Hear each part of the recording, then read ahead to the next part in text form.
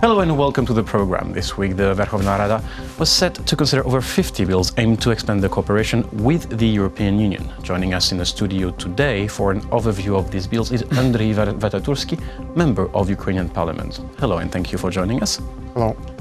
So, for the viewers to understand roughly what are these 50 bills more or less about?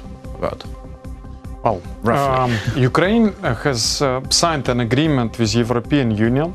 It's called Association Agreement that is trying to improve, let's say, our legal system and standards, mainly to the European standards. Because to join the European common market, we need to have, for example, common standards.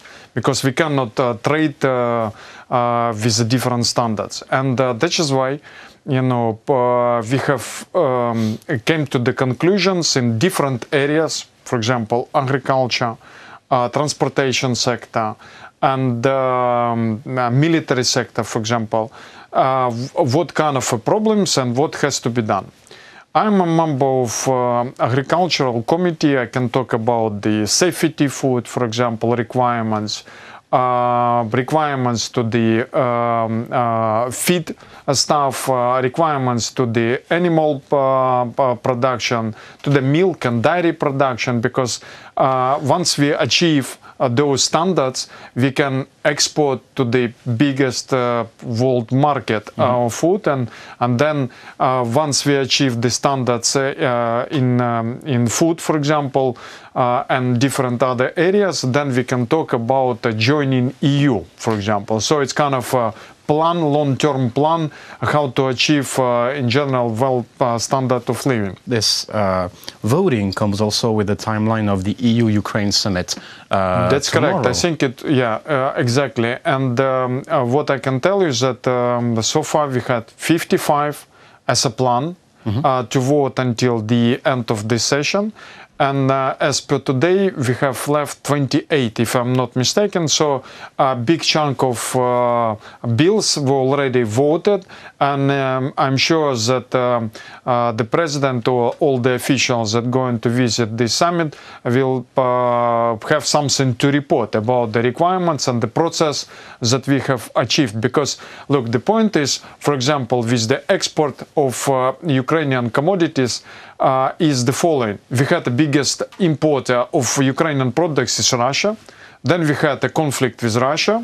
European Union, and thanks for that, they opened the market, but we couldn't supply the goods because we could not meet the standards. And once we increase those standards, we can be accepted to the big family, let's say. So it's a way to showing good faith in some sort of ways to the European Union? That's correct. And talking about the court systems, talking about the anti-corruption laws and different bodies to fight the corruption. So all this kind of in complex would provide a good picture to the rest of the world that are supporting us in a difficult moments. Now we're talking about the requirements and the standards of food, for example, in agrarian. But in case of stronger cooperation between Ukraine and the EU, how to ensure that Ukraine's agricultural market is fit to the European market? Because one of the problems of the European market is the quota today, and the fact of this agricultural common policy, especially with France. Well, there's a bit of a problems between countries like Spain and France because of the quotas. Certain countries can't, float the market with certain products, etc. Ukraine can be potentially a big exporter of products. How to ensure that Ukraine fits the quota with Europe? Well, it's a very good and technical question, because even within the EU, you have countries that are exporting and the countries that are interested in imports. And you provided a good example as Spain is the biggest importer because they need to feed the pig production, the cow production, for example, and France that are interested in export of feed stuff. So that is why we have, it's called common agricultural policies that are trying to combine and find the compromise between each member of the state. And I'm sure that with a great potential of Ukrainians, that we will need to target mainly other countries than European Union. And with the European Union, we need to go with the production. And as a general development of the market, I'm sure that some food processing companies will open the branches in Ukraine and will operate and produce mainly in the area where the production is. So and that is why it would be cost-efficient production, and which will benefit both markets, as a European market and Ukrainian market. But the same applies to, for example, in transportation area, because we need to reduce the tariffs in the ports. We need to approve the safety requirements for the passengers, for aircraft carriers, for the fleet.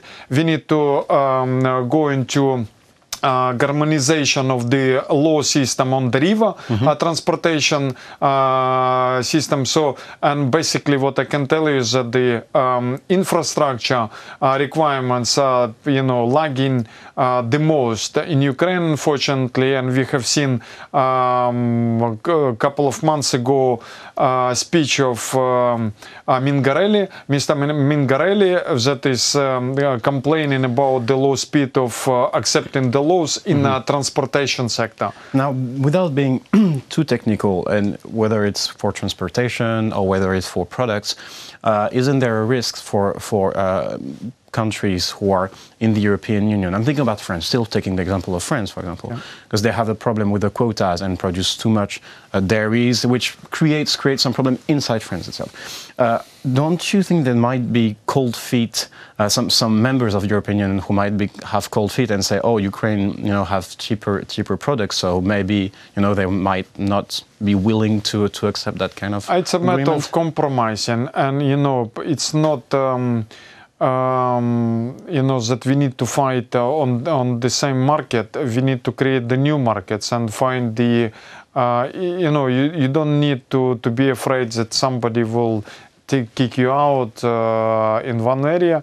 And that is why it's a task of the politician to find a joint interest and not to talk about the conflicts, but to try to find the solution in combining the forces and to find the agreement, because it doesn't matter what Ukrainian is producing, and it could be found a substitution for the goods, and Ukrainians or French farmers can produce different goods, so it doesn't matter.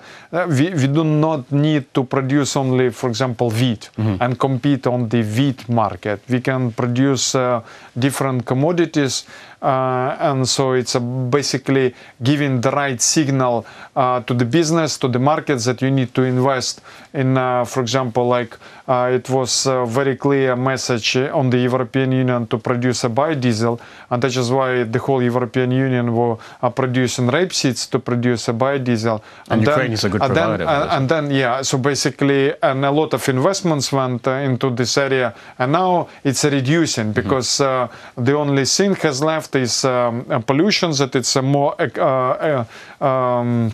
friendly to the for the air, and that is why we need a long-term strategy, and I'm sure that there is no problem in just combining the forces, combining the ideas and business and expertise as well.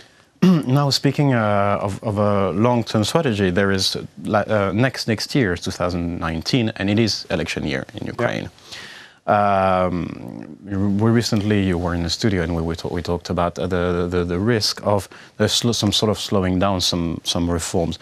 Do you think this package of bills, these reforms of bill, will survive, will continue after the elections? How to ensure that these bills and these long-term agreements continue after the elections?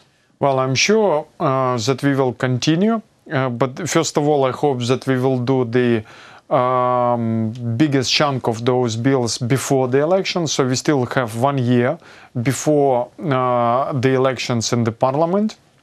So that is why I'm sure that with the main things we should be fine. But what will be left, I'm sure that the new parliament will be able to cope. Why?